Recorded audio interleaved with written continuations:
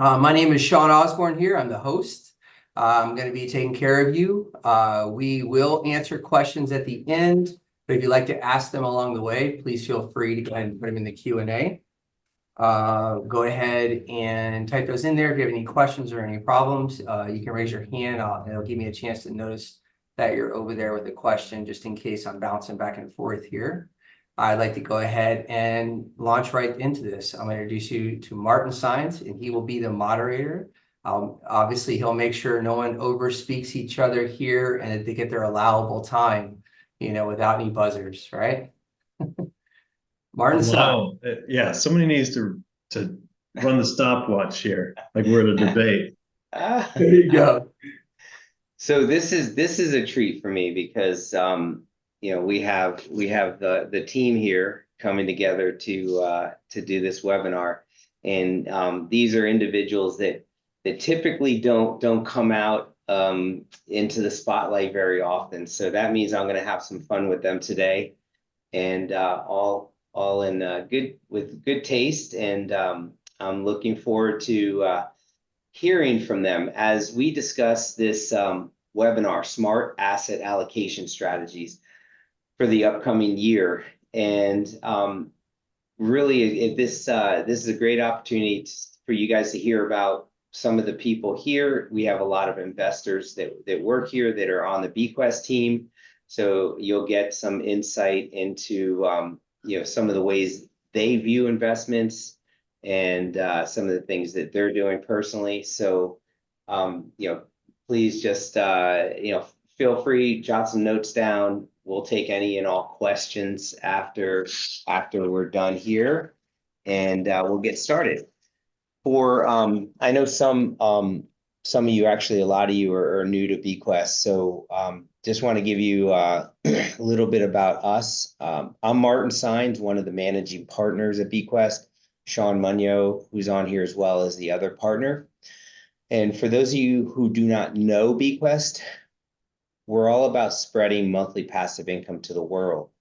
So we see families struggling for additional income.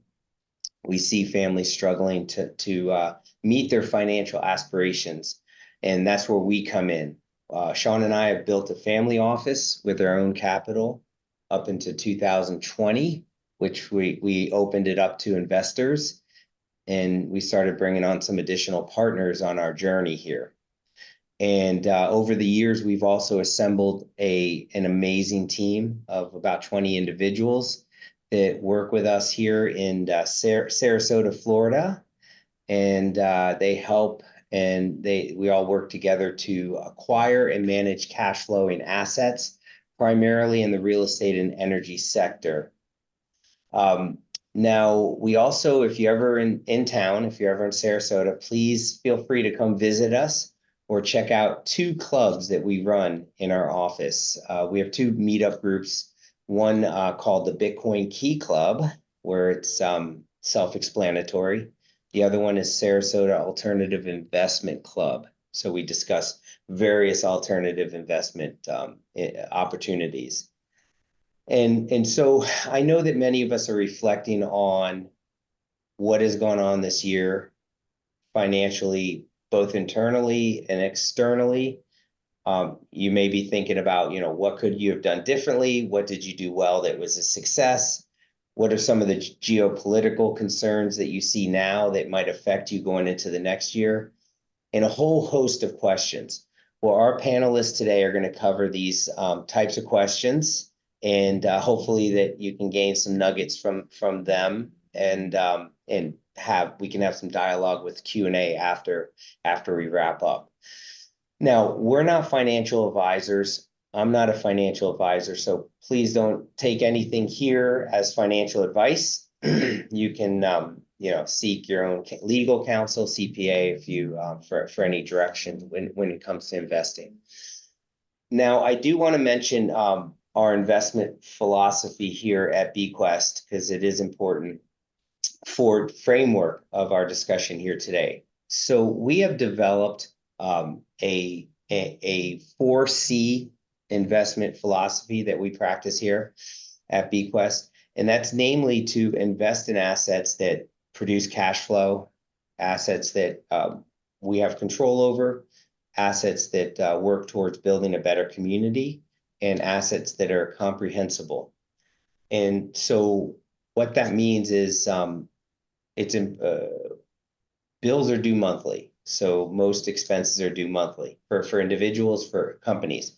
So we look for assets that produce predictable and consistent monthly passive income. We look to have controls put in place for all our investments as it relates to 4 phases of investing, which we see as sourcing.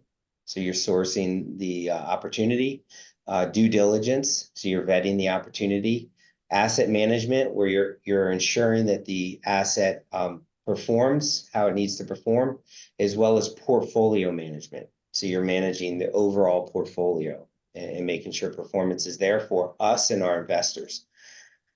Now, the third C is community.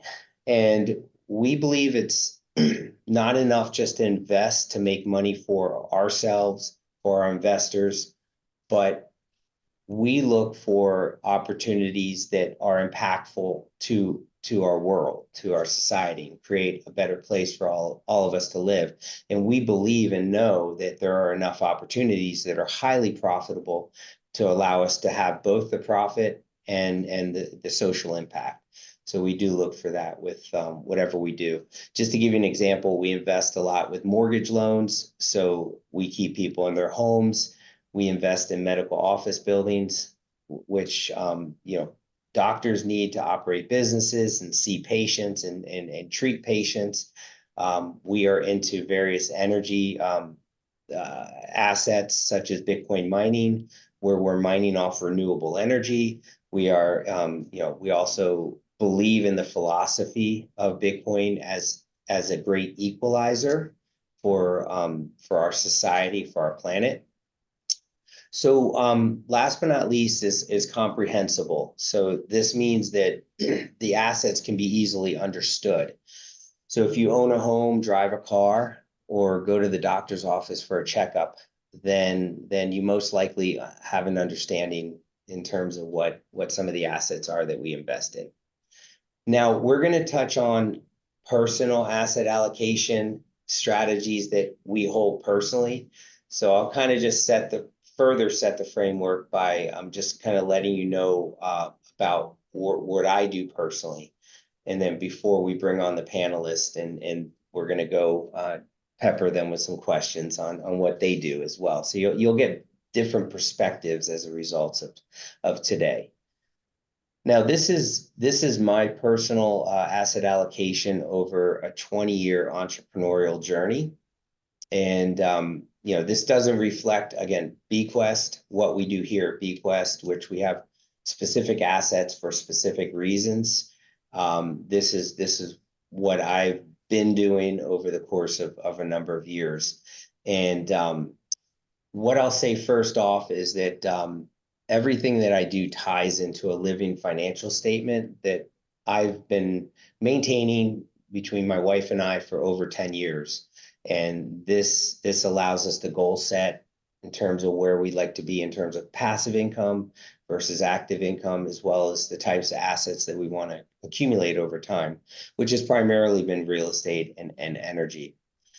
Now, the private equity portion of the pie chart is essentially my ownership interest into businesses with my partner, Sean, whom you'll hear from shortly. And all of those ownership interest, I'm actively co-managing the day-to-day operations with Sean.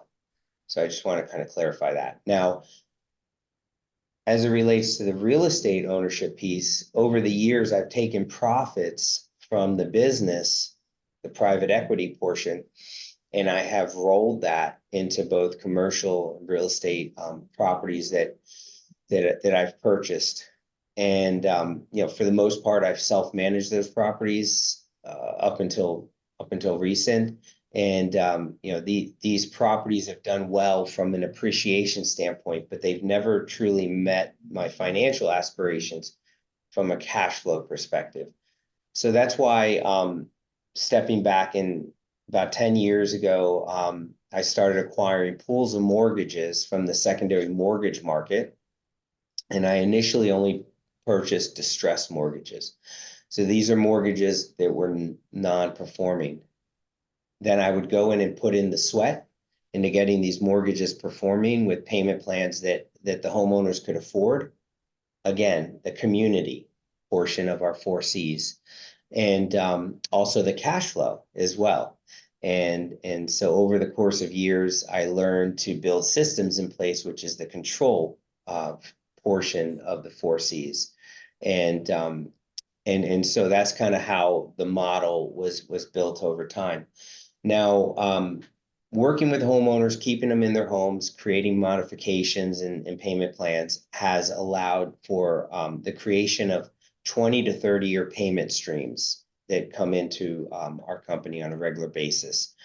And my partner, Sean, and I, we put this in steroids in 2019 when we came together, started buying pools of mortgages on a larger level. And somewhere along the way, after, writing a bunch of books on mortgage note investing and passive income, and just essentially just yapping about it for months, monthly passive income, kind of gets hardwired into your brain, and you kind of look for opportunities through the lens of, how much is it going to, provide back to me on a monthly basis.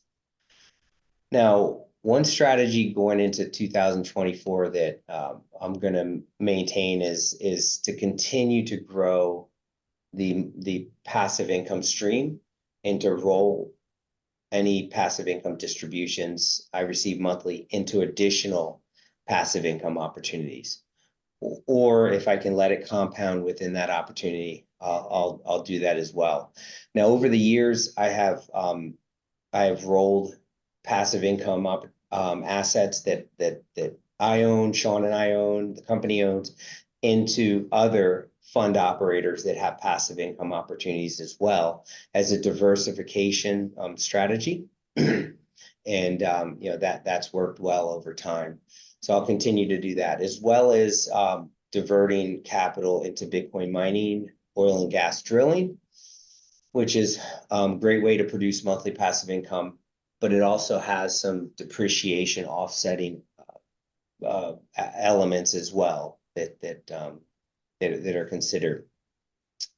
Another strategy for I'm going to maintain going into 2024 is buying store value assets only with monthly passive income, as opposed to income I've actively worked for.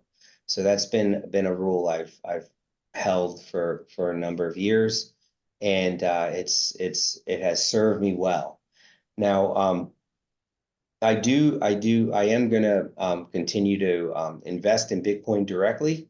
I've been daily dollar cost averaging into Bitcoin for the past 2 years, and that's done well. I'll continue to do so, as well as owning miners and some other activity.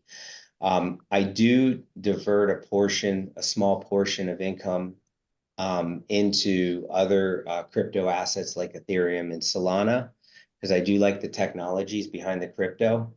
But I also invest into precious metals, gold and silver, pretty much being the assets. I'll buy coins. Now, one strategy I am going to change in 2024 is holding off on acquiring any commercial real estate. I think the market is still overpriced. I think cost of capital is still too high, and banks are pretty tight right now with the lending programs. We did buy a gorgeous Class A 60,000 square foot medical office building last year in Houston, and that's doing well. And I did personally invest into that opportunity as well as through the business. So I think that was really a gem that we picked up, and we were able to maintain. Sean and I did meet with an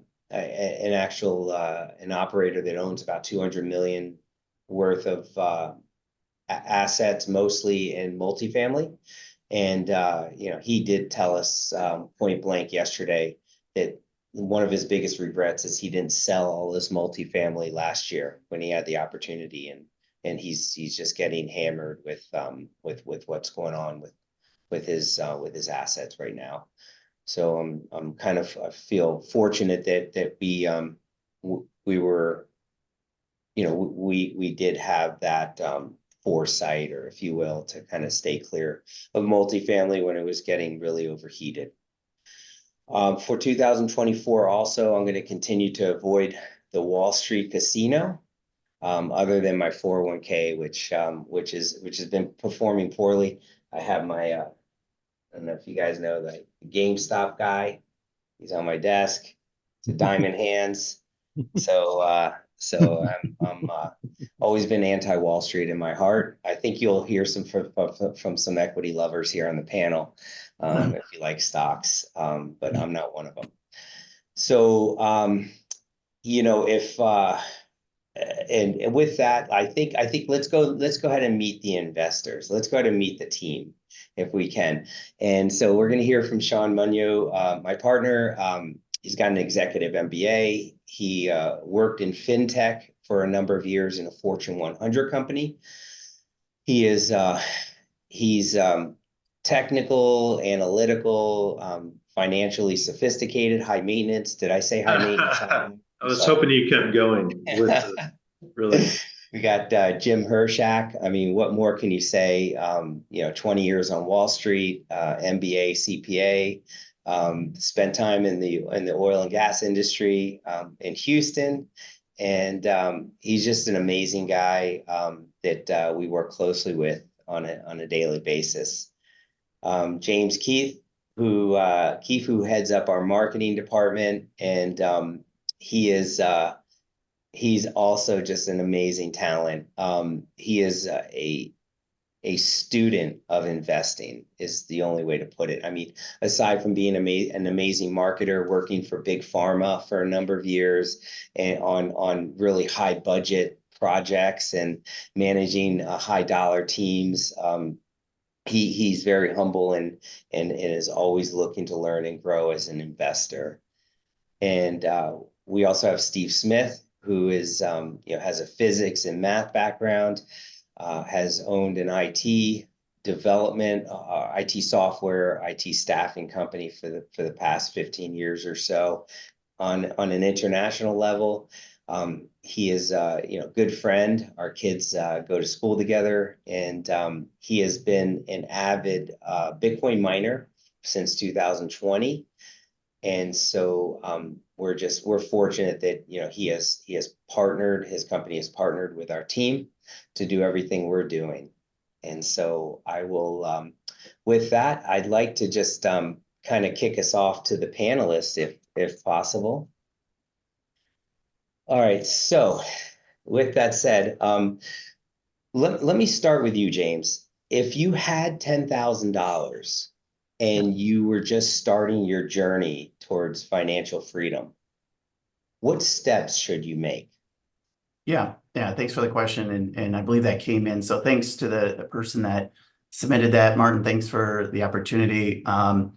And to answer the question, I think you started it with introducing me. I see myself as a student of investing. When I understand something, I comprehend it more. And that's one of your C's. So I like to stay in an asset class and learn. So for me personally, where I'm at, I would invest in a community of folks that I can surround myself with if I'm entering a new asset class, which I'm planning to do in 2024, and we can get more into details as we go along. But I would enter a new asset class because of diversification, just based on where I'm at. I want to enter an asset class based on where the economic trends are going. And I may not be as comfortable entering that asset class. So step one for me with my 10,000, before I would spend it, I would partner up with a strong group of peers that have a lot of experience in that asset class, be a student to that. I might have to go to a conference. I may need to read some books, be a part of a community, but I would start there first. Of course, if I had a lot of experience in an asset class, like say it's real estate and I'm planning on buying something, maybe I'm saving up towards making a purchase and I already sort of know what I'm going after. But if it's a new asset class, I'm starting with the education to get more of an understanding before I pull the trigger. Thanks, James. Does anyone have anything? I know there's probably a lot of you that on the panel that agree with a lot of James said. Does anyone have any additional insight to what you would advise yourself to do with the $10,000? Yeah, I'll add something here. You know, it's tough because we were all here at one point, right? If you go back and think about it, like you know, that $10,000, that first $10,000 you had to invest, man, you worked really, really hard just to get there. But it does come down to your network, right? And finding a group of people who can help you make the right decision, because now you have this really small seed, right? And you could squash it, and you could have to start over. And so, you know, unfortunately, you may make mistake with that $10,000, but you got to be able to make that seed again fairly quickly. And so, yeah, I would say your network is your net worth, especially when you're trying to grow. And so, make sure that the people that you're surrounding ourselves with have invested more than $10,000. If you look around the room and you see the people around you that are trying to invest, and they don't even have $10,000 to invest, then you should probably find, you know, a new group of people to hang out with. You should probably be hanging out with people who have $100,000 to invest, and you actually have 10,000, so you're growing into that. But yeah, education is key, but you know, you will make a mistake, and so making sure that you don't make a $10,000 mistake with your $10,000, because that sets you back, you know, a long ways. That you're making small mistakes. You might make a $500 mistake or or $1,000 mistake. But I would agree that your network is critical. Look around, and especially if it's something new, you know, you need to be very careful as to what you're investing in. One of the questions, though, you know, you say, hey, if you had $10,000, what would you deploy it in? I would argue that the more important question is, well, how much time do you have? You might have $10,000, but I only have like 6 months to double it. My answer would be very different if I said, well, I have $10,000 and, you know, I need it back in 2 years or 3 years or 4 years. Like, my answer might be different. So I don't know. I've talked a lot, but I'll let the rest of the panel kind of chime in. Yeah, Steve, you're on mute. Okay, I would just say that that if you have $10,000, your time, yes, you want to. I agree with everything about educating yourself on investments, but I would also focus on increasing your income so that you have more to invest.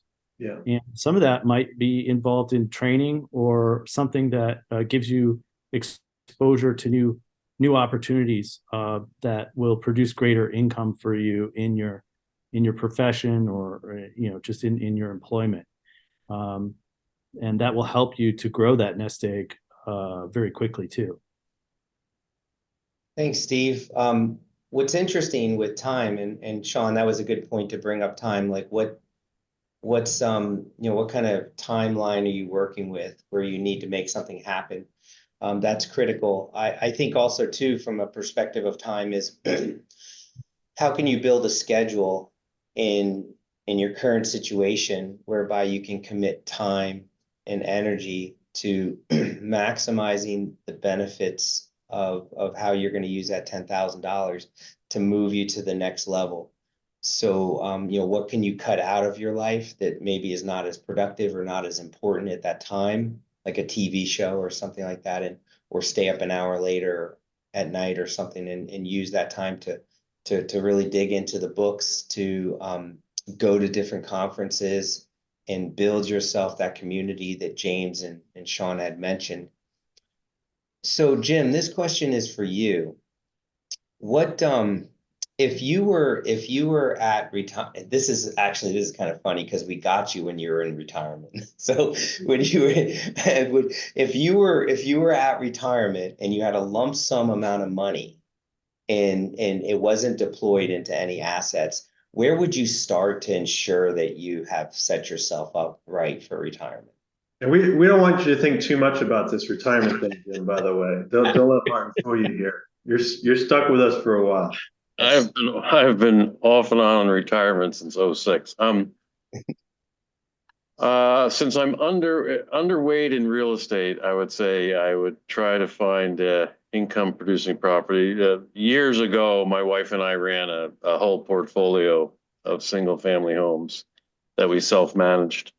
And it was a lot of work. I don't know if I have the energy for that at retirement, you said. Therefore, besides investing in bequest strategies, it would be put more allocation in my winners. My winners right now are high yield corporate bonds and some I always hedge my positions. And the hedges sometimes work, sometimes they don't. So I'd increase my hedges, which right now are tips to protect the interest rate swings here. Given the fact I'm working full time again, if I stay in retirement, I would do something in real estate. Since I'm working full time, I would put it in bequest and let you guys manage it. That would be what I'd be up to. Good answer, Jim. James, same question to you. Yeah, so that's a great one. And Jim, I just love it. You have so many nuggets of knowledge. It's just fun. For me, my where I'm at, I'm looking for greater passive income and growth. So I'm not quite in preservation mode, or I've got a massive tax exposure. So I'm in that mode. I'm heavy on real estate. I've got some public equities, and I'm trying to build out my alternative section to get faster growth. So I would probably, whatever the sum is, I would split it between additional passive income. So Martin, I was in your situation. I have a lot of real estate. It ebbs and flows with passive income. So I'd want to smooth that out. So I would invest some of that in like an income fund that Bequest has, so I can have a little bit more predictability. And I can sort of take away that concern of the variability and the ebbs and flows. And then I'd probably want to put the other half in more alpha or greater upside. And there's some really great deals available to do that. And I think I would have to stretch into a new asset class. So I probably deploy it with an operator that I'm quite familiar with and comfortable with doing. But that's how I'd probably split it and try to get more passive income and then a bit more upside. Great. Thank you, James. So, Stephen, tell me about your current personal asset allocation that you have for yourself and why. Sure. Well, Martin, a lot like you, I have a lot tied up in my business as an entrepreneur. So that is, today that consists of Bitcoin mining and mining management. So I've got a lot in that personally. Outside of that, I say I have about 20% in real estate. I do have some speculative trading. I do. So I'm not like a big stock guy, but I do follow markets and occasionally do some discretionary kind of directional trading based on like, high confidence macro. And then, because of my operating business, I have insight into the profitability of some public companies that operate in our business. And so naturally, I'm drawn to speculate in those names. And the third component of that would be my store of value, which consists of Bitcoin, gold, and cash holdings. Very nice. Thanks, Stephen. Sean, same question to you. Yeah, thanks, Martin. It's interesting, when you sit down and kind of go through this exercise, it's always good to do, especially at the end of the year. Like, because if opportunities come up through the year, you make investments, and then, by the end of the year, you're in a different place than you were last year. and you say, all right, well, here in 2024, where do I want to be? And I think that's really where we're going. But you know, I'm a small business owner, and so about 45% of my net worth is tied up in the businesses that I own, right? 35% of my net worth is tied up in real estate, right? And so I started in real estate. I still have a big position in real estate, not as big as it used to be. You know, it used to be about 70 or 80% of my net worth was in real estate back in the day, and so it's now down to about 35%. And then so the latter 20% of my net worth is broken up into four different items, right? So you have cash, but the bigger piece of those four is my fixed income, right? So for me, fixed income is 10% of that.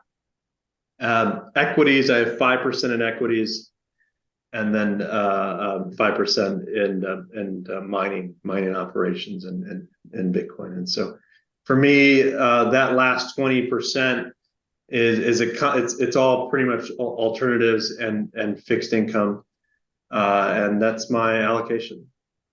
Great. Thanks, Sean. And I know it's kind of an interesting question because for you and I mean, we kind of came together and pooled our mortgages together. And I mean, Bequest owns over 1,000 mortgages, over $50 million AUM. So if you do a mortgage play, a fixed income play, it's probably going to go through the company. So it will hit the private equity box. It'll check that box more than anything. So Jim, let me ask you, how do you see the macroeconomic picture that's in play right now going to affect what you're going to do next year from a financial perspective? Well, once again, my views are my own and not representative of Quest or the other partners. I believe we're going to remain in a very high inflationary period. We may then end up in a deflationary period, fourth quarter of 24. I think a recession's around the corner. I don't think interest rates are going to drop anytime soon. So I'm not going to change anything. You know, I thought about this question the most when you gave me the questions beforehand, because I'm happy with the profitability overall. So I wouldn't change much, except keep my tips hedge in place and maybe increase that.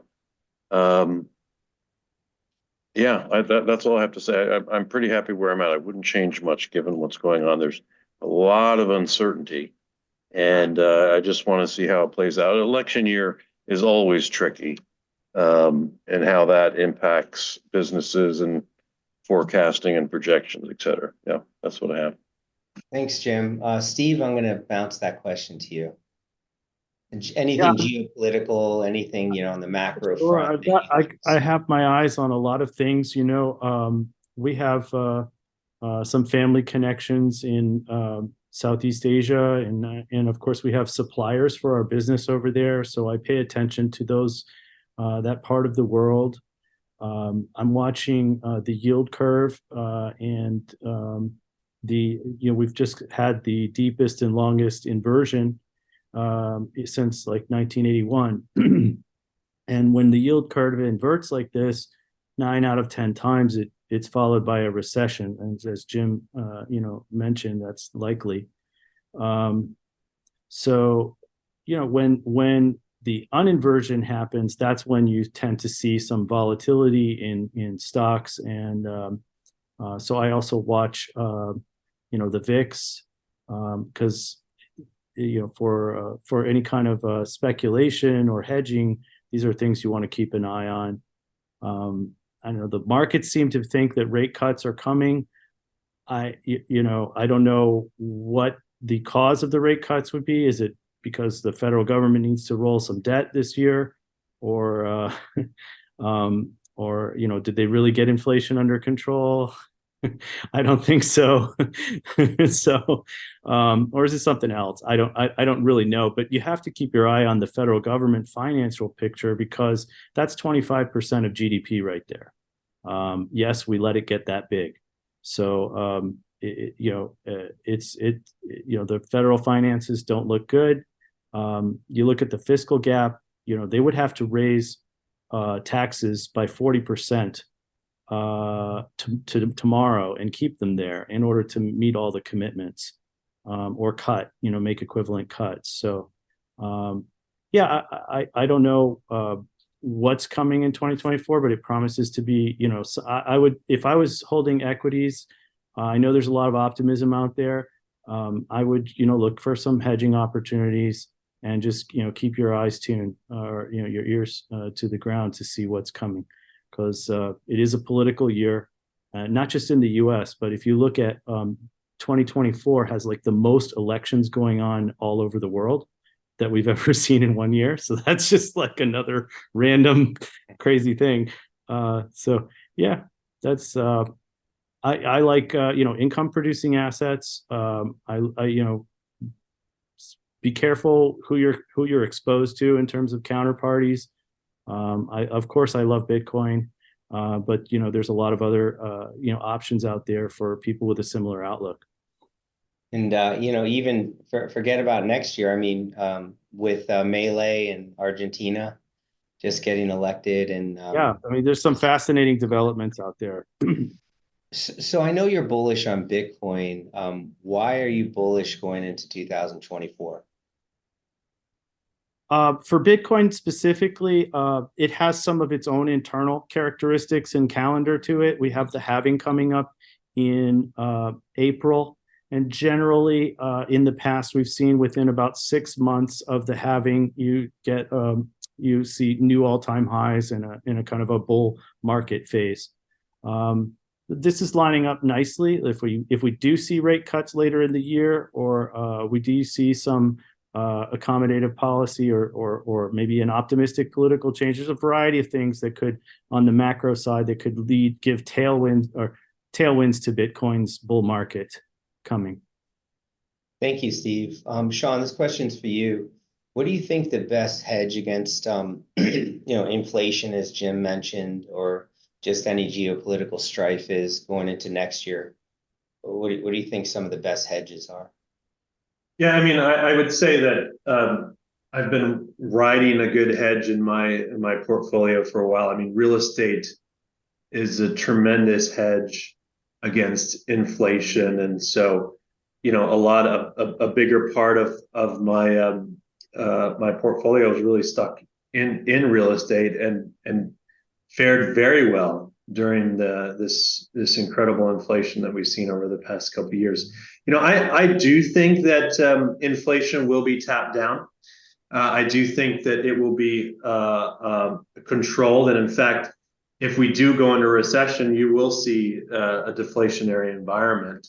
And so, for me, real estate is the best hedge in the U.S. against inflation, and I still believe that today. Now, because I believe that inflation will be tapped down here, especially if we do roll into a recession.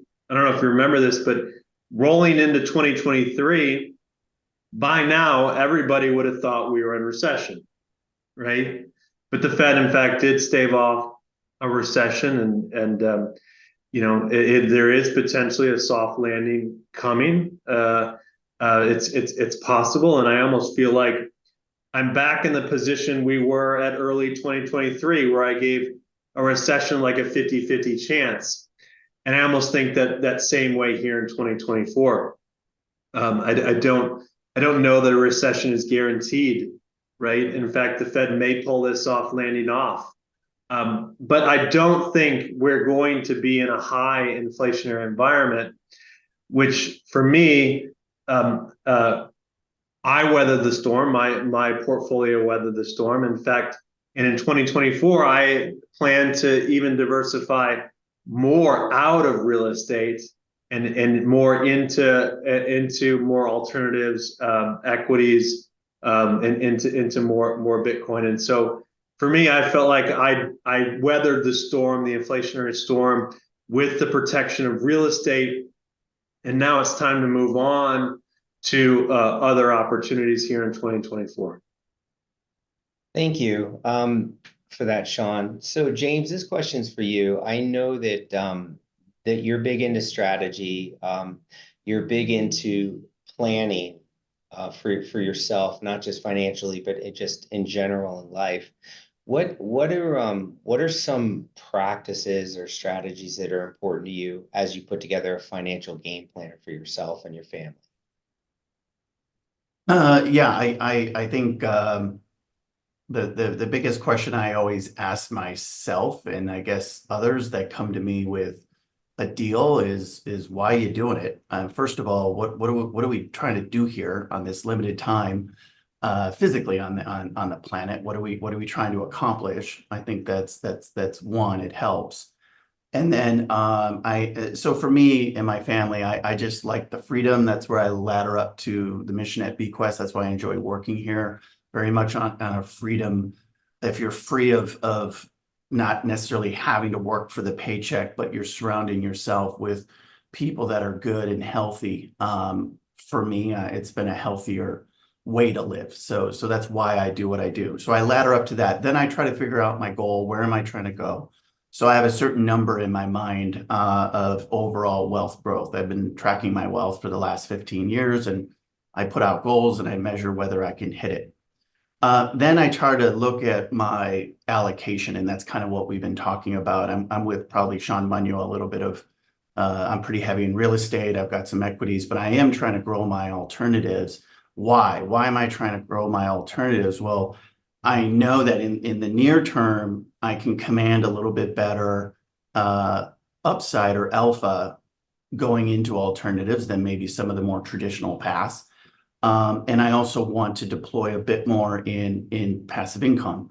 That'll get me to my goals. So my overall net worth is growing, and my passive income, which provides me the freedom, will deliver my why and what I'm trying to do. So that's kind of how I sort of ladder up and down, Martin. I figure out my why, what's my overall goal, and then I'll drop into like an asset strategy and figure out what can I invest in to accomplish those goals. I love it. I love it. And you know, the you and I are on the same page. The living financial statement, which we can send out to everyone here, you know, it speaks to that. Acquiring assets that produce passive income, use that passive income to buy more passive income assets or roll it into store value. Jim, a question for you. What would you tell a younger version of Jim to do differently if you could go back in time a little bit? Not become so leveraged. I started out my career after I got my CPA on a trading floor where, use of leverage was rampant. A bit of leverage, a prudent leverage is fine. But, my wife and I, we bought this huge house and we're planning on having kids. So too much leverage. I'd say slow down, take a longer term investment horizon. Don't trade on emotion. And remember the number one rule that we talked about the different seminars and webinars. Don't ever lose money. So that's what I would tell the younger person. Awesome, Jim. Well, thank you. Sean, I'm going to kick it back over to you, Sean Osborne, and let's get into some Q&A. If we can.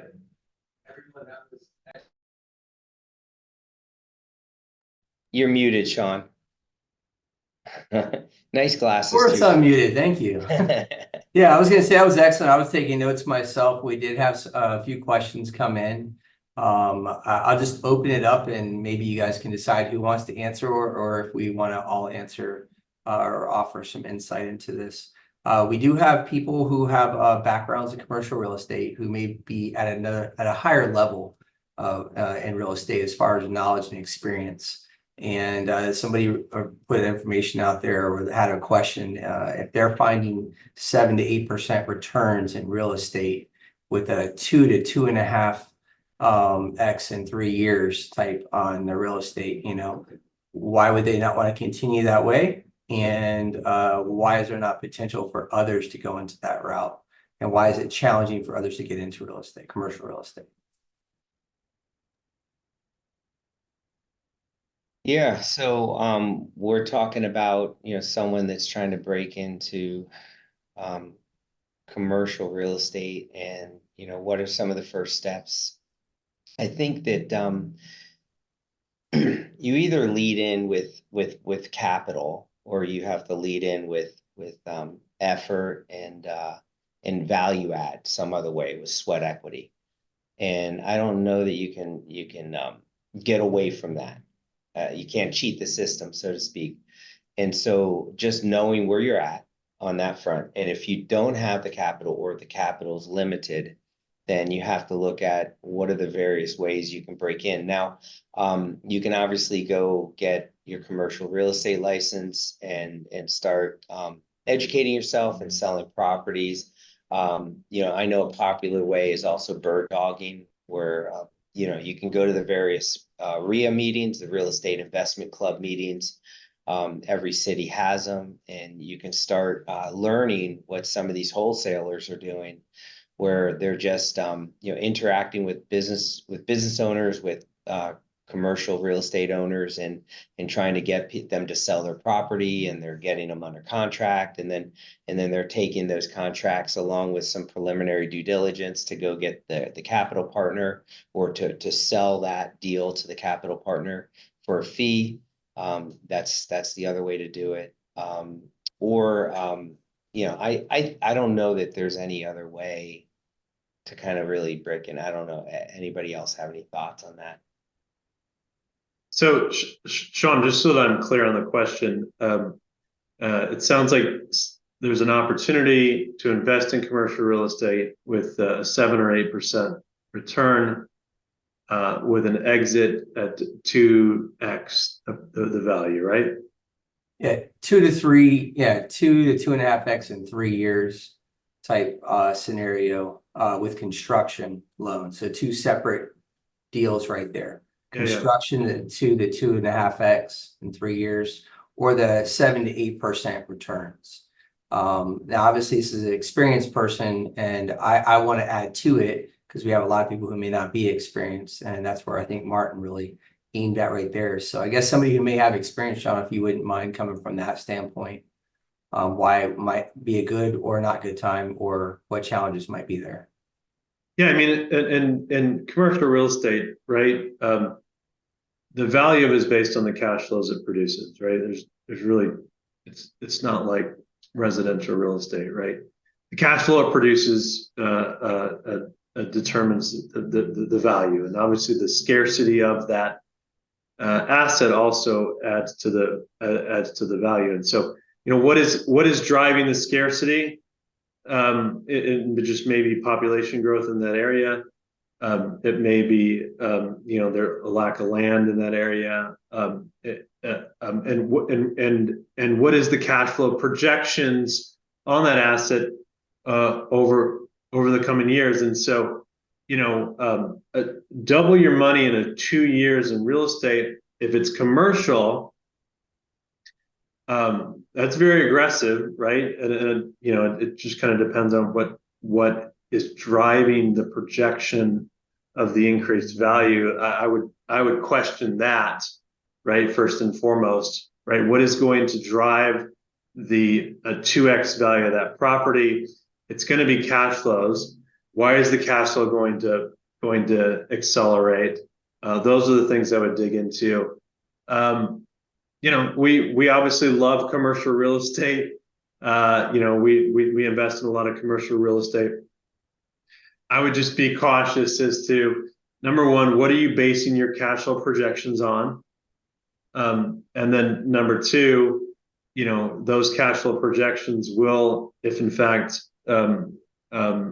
they get to where you need them to be, that will determine the value of the property. So I don't know. We love commercial real estate, but it's all about the cash flow that the asset is producing, and that will determine the value.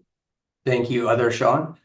So what's the best method to invest in Bitcoin, and why is Bitcoin such a good decision or choice out of all the cryptocurrencies? Maybe that would be Steve, all right? Go ahead, Steve. Yeah, unmute there. Sure, I'll take that.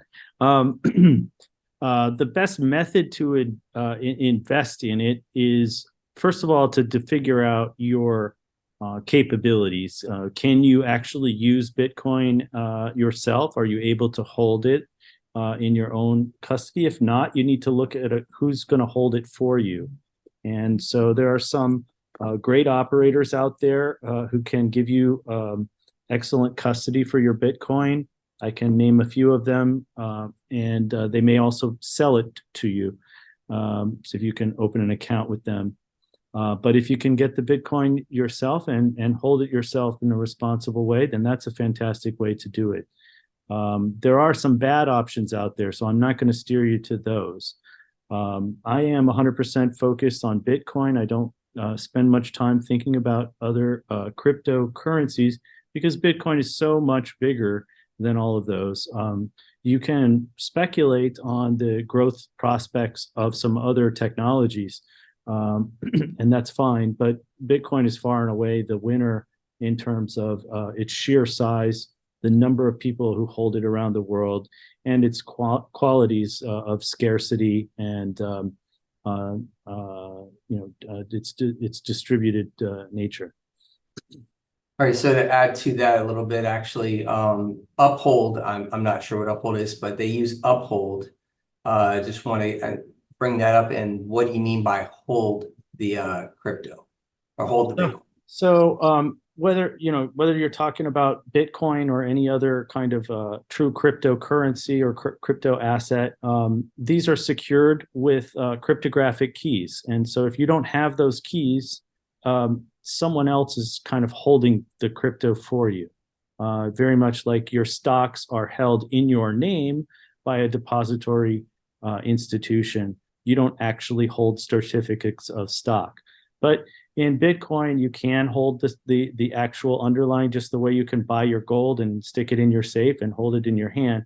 You can do that with Bitcoin. So if you're talking about where to get it or to buy it, I recommend River, Swan, and Unchained Capital are three great places to work with, and they can actually hold your hand and help you do the right thing with it. So those are the three companies that I tend to send people to. And those are all three U.S. based, correct? They're U.S. based companies. They're run by great people who I know personally, and I think you'll be in good hands with any of them in terms of building your position there. All right, next question we'll put out to everybody. What opportunities besides real estate do you feel will be available with a potential recession? So we know that there's obviously a chance of having I want to challenges. speak into mortgage notes, but I think that kind of loops into because we bleed mortgage notes here. So I think anybody else have anything besides mortgage? Yeah, Martin, I can add a little bit, but I think it's important. I mean, one of the things I've learned is we talk about passive income, but there's also like the passive investor. So I used to think that you could set it and forget it, and just magically everything works out in your life. So I've had to move more active. I've had to educate myself in different asset classes. So Martin, I don't come from a strong mortgage note background, but I may need to consider that because you're talking about the debt side of things.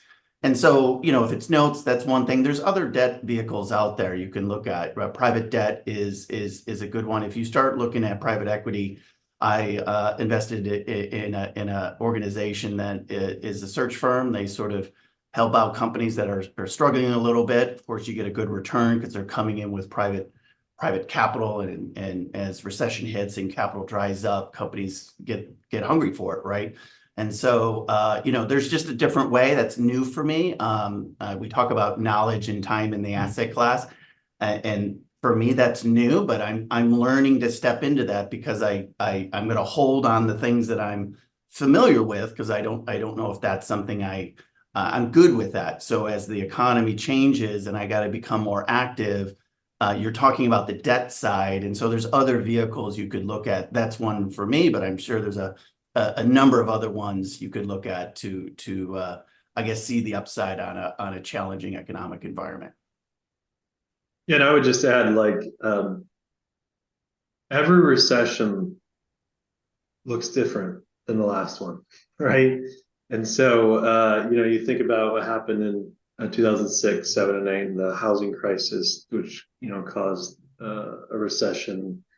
And before that, in 2001, the dot-com bust, right?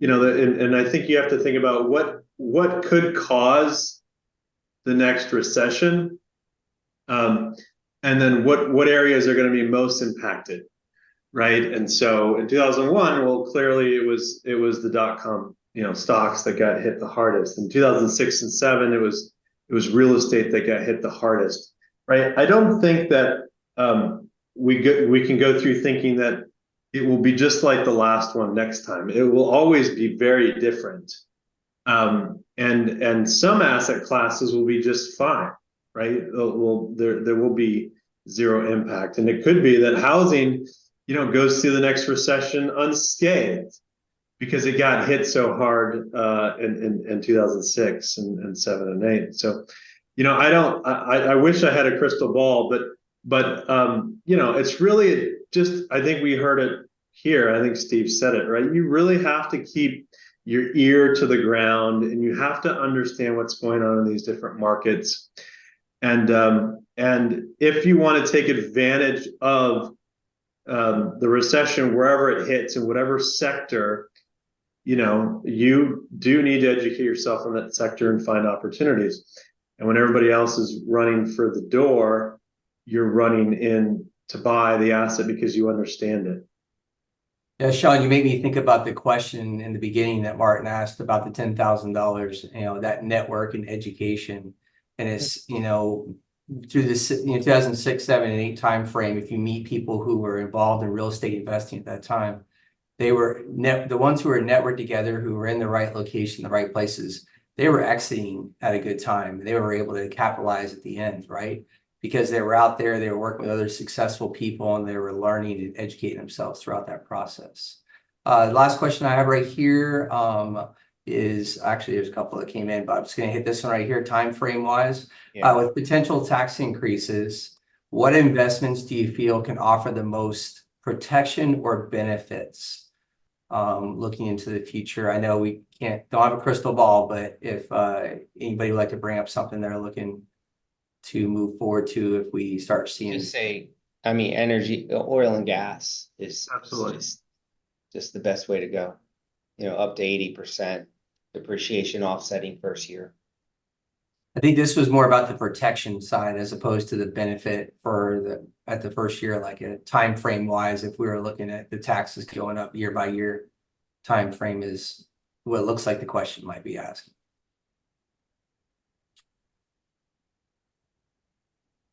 Goes back to real estate, possibly. Yeah, I would say, using exchanges like 1031 exchanges is obviously the best way to protect from capital gains, and real estate is a great tool for that. You get depreciation from buying real estate directly.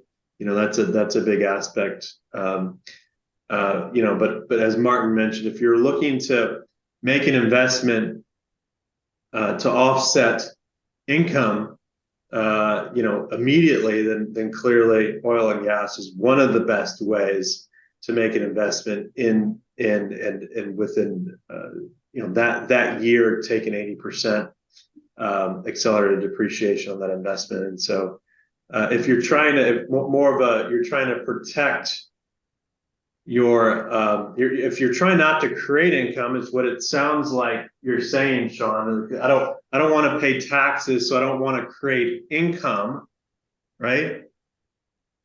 I don't want to create income because I don't want to pay taxes, and so therefore, how should I invest? Did I get that right? Just basically, they were looking for protection. So I mean, Sean, that would sound like that. Yeah, we got to wrap up because we're right at time for folks. Awesome. What I just want to mention, what we did cover today, covered the 4 C's for investing with Bequest. cash flow, control, community, and comprehensible. We covered my personal asset allocation. We heard from all the panelists with their wonderful nuggets. So thank you all that way. If you like what you heard today, if you're an accredited investor and have some capital to deploy prior to year end, we do have 2 ways to get involved. We have a few income fund products that will earn you 8 to 11% annual preferred return, and they all pay monthly. And for anybody deploying capital with us before year end, we're waiving the 60-day deployment period as a customer courtesy. We also have a Bitcoin mining opportunity that has more upside potential. We only have a few slots left in that one, and it is closing out next week. So considering there's 10 days left, please get with Sean if you'd like some more information on BQuest or have any questions on the year-end opportunities. And I do want to thank everyone here for participating. And you can email additional questions as well. Be happy to get back to you. And thanks so much for joining us here today.